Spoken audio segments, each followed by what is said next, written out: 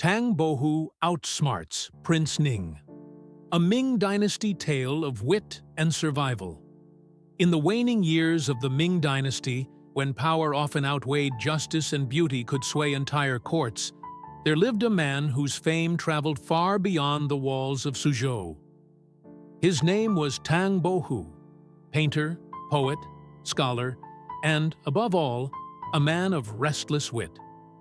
Though remembered today for his verses and brushwork, in his own lifetime he was caught in the dangerous tides of politics, where even talent could become a curse. Tang Bohu's life had already been marked by misfortune. He had once excelled in the imperial examinations, dazzling examiners with his eloquence and imagination, but a scandal, accusations of cheating and corruption, had ruined his chance at office. Disgraced, he turned to a quieter life, painting landscapes and writing poems to earn his bread. Yet his genius could not be hidden, and fame clung to him like light on water. Wherever scholars gathered, his name was whispered. Wherever beauty was praised, his brushstrokes were admired. It was precisely this fame that drew the attention of one of the most dangerous men in the empire, Prince Ning, Zhu Chenhao. The prince, lord of a powerful domain in Jiangxi, harbored ambitions far greater than his rank. Rumors spread that he was gathering soldiers, hoarding weapons, and weaving a web of allies for rebellion. But rebellion required not only force, it required minds to shape words, symbols, and loyalty. And for this, Prince Ning hungered for men of talent. When word of Tang Bohu's brilliance reached him, the prince was intrigued.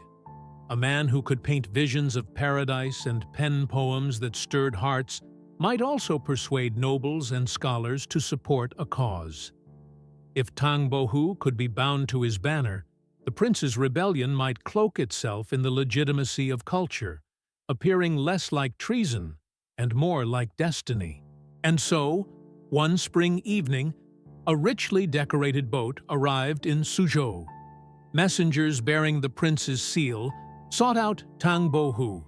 With polite smiles, they invited him to Nanchang, where the prince wished to meet him.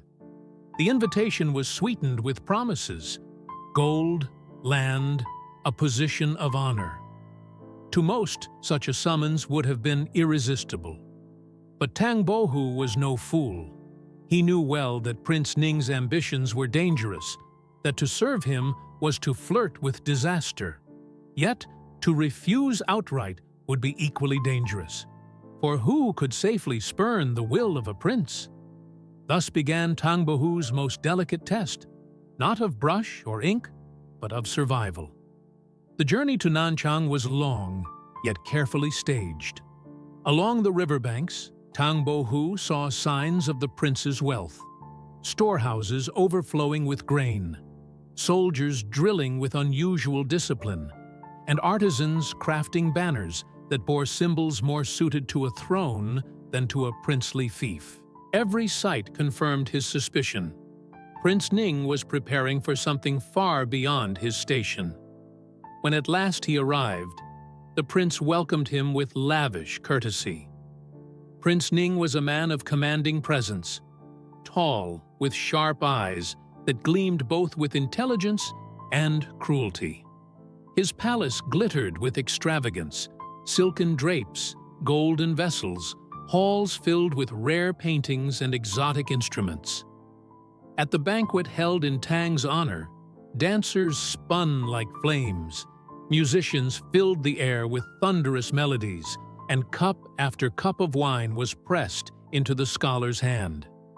"Master Tang," the prince declared, raising his goblet, "your fame precedes you. The empire knows your poems and treasures your paintings. A man of such brilliance deserves more than obscurity. Serve me, and together we shall restore glory to this land." Tang Bohu bowed, his face composed. "Your Highness is too generous. I am but a humble painter, unfit for the burdens of statecraft." The prince smiled thinly. Modesty does you credit. Yet I have heard your verses. They move men's hearts. Imagine what we could achieve if such words were spoken not for idle gatherings, but for a great cause.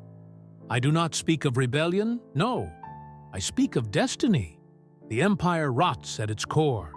Corrupt ministers bleed the people. The throne needs strength, vision. Will you deny me your genius? Tang Bohu felt the trap closing. To say yes would bind him to treason. To say no might earn him immediate suspicion. Or worse. He sipped his wine, letting silence stretch like a veil, while inside his mind raced. That night, as the banquet faded, Tang Bohu devised his answer.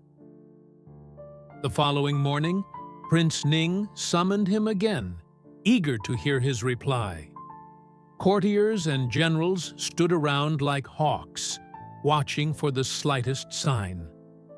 Tang Bohu entered slowly, his robes slightly disheveled, his eyes wandering as though unfocused.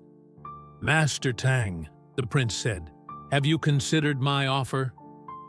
Tang Bohu blinked, then gave a sudden laugh. "Offer? Ah, yes. Was it about fish or about wine? I dreamt last night of a golden carp reciting poetry to the moon. Such a strange thing. Tell me, Your Highness, do carp ever sit the imperial examinations?" The court erupted in startled murmurs. Prince Ning's brows knit together. "What do you mean?" Tang tilted his head, grinning like a fool. "Examinations, banquets, thrones, pah, all illusions. Yesterday I was Tang Bohu. Today perhaps I am a butterfly, dreaming I am Tang Bohu. Who can say? Better to drink, better to paint." With a sudden flourish, he dipped his sleeve in an M and amphi, inkstone splattering the floor with wild strokes. "Look, a dragon. No, a donkey. Ha!" The courtiers stared, whispering. Was the famed scholar mad? Prince Ning narrowed his eyes. He had expected eloquence, persuasion, perhaps bargaining. Instead, he saw before him a man seemingly unhinged, babbling nonsense, more jester than advisor. Could this be the Tang Bohu he had sought so eagerly? Or had rumor exaggerated his brilliance? For several days, Tang maintained the act. Sometimes he recited poems backward. Sometimes he sang nursery rhymes in solemn tones. Once, during a formal meal, he picked up chopsticks and pretended they were swords, dueling with shadows. The prince grew impatient, then disgusted. What use was a madman to an aspiring emperor? At last, Prince Ning dismissed him with a wave of the hand. Let him go. His talents are wasted in folly. Such a man cannot aid me. Tang Bohu bowed clumsily, eyes gleaming, with hidden relief, and returned to Suzhou under the guise of a harmless eccentric. His wit had saved him, for had he refused directly, the prince would never have allowed him to leave alive. Years later, Prince Ning's rebellion burst into open flame. He raised armies, declared himself ruler, and sought to march upon the throne. But the emperor's loyal generals crushed his forces. Betrayed by his own men, the prince was captured and brought in chains to the capital, where he met his end in disgrace. When news reached Suzhou, Tang Bohu merely shook his head. He painted a quiet landscape of mountains veiled in mist, a fisherman's boat drifting upon still waters. Beneath the scene, he inscribed a single couplet. Ambition burns like fire, consuming its master. The wise drift like clouds, free of all snares. To his friends, he offered no tale of his narrow escape, but in private, he knew well how close he had come to ruin, and how only wit and a mask of madness had preserved his life. Tang Bohu lived out his years as a poet and painter, remembered for his artistry rather than his politics. Yet the story of his encounter with Prince Ning spread in whispers and laughter. How the clever scholar had outwitted a dangerous rebel not with swords or armies, but with the oldest weapon of all, his wits. And so his legend endured, not only as a master of brush and verse, but as a man who understood that sometimes the greatest strength lies in seeming weakness, and that survival itself can be the sharpest form of victory.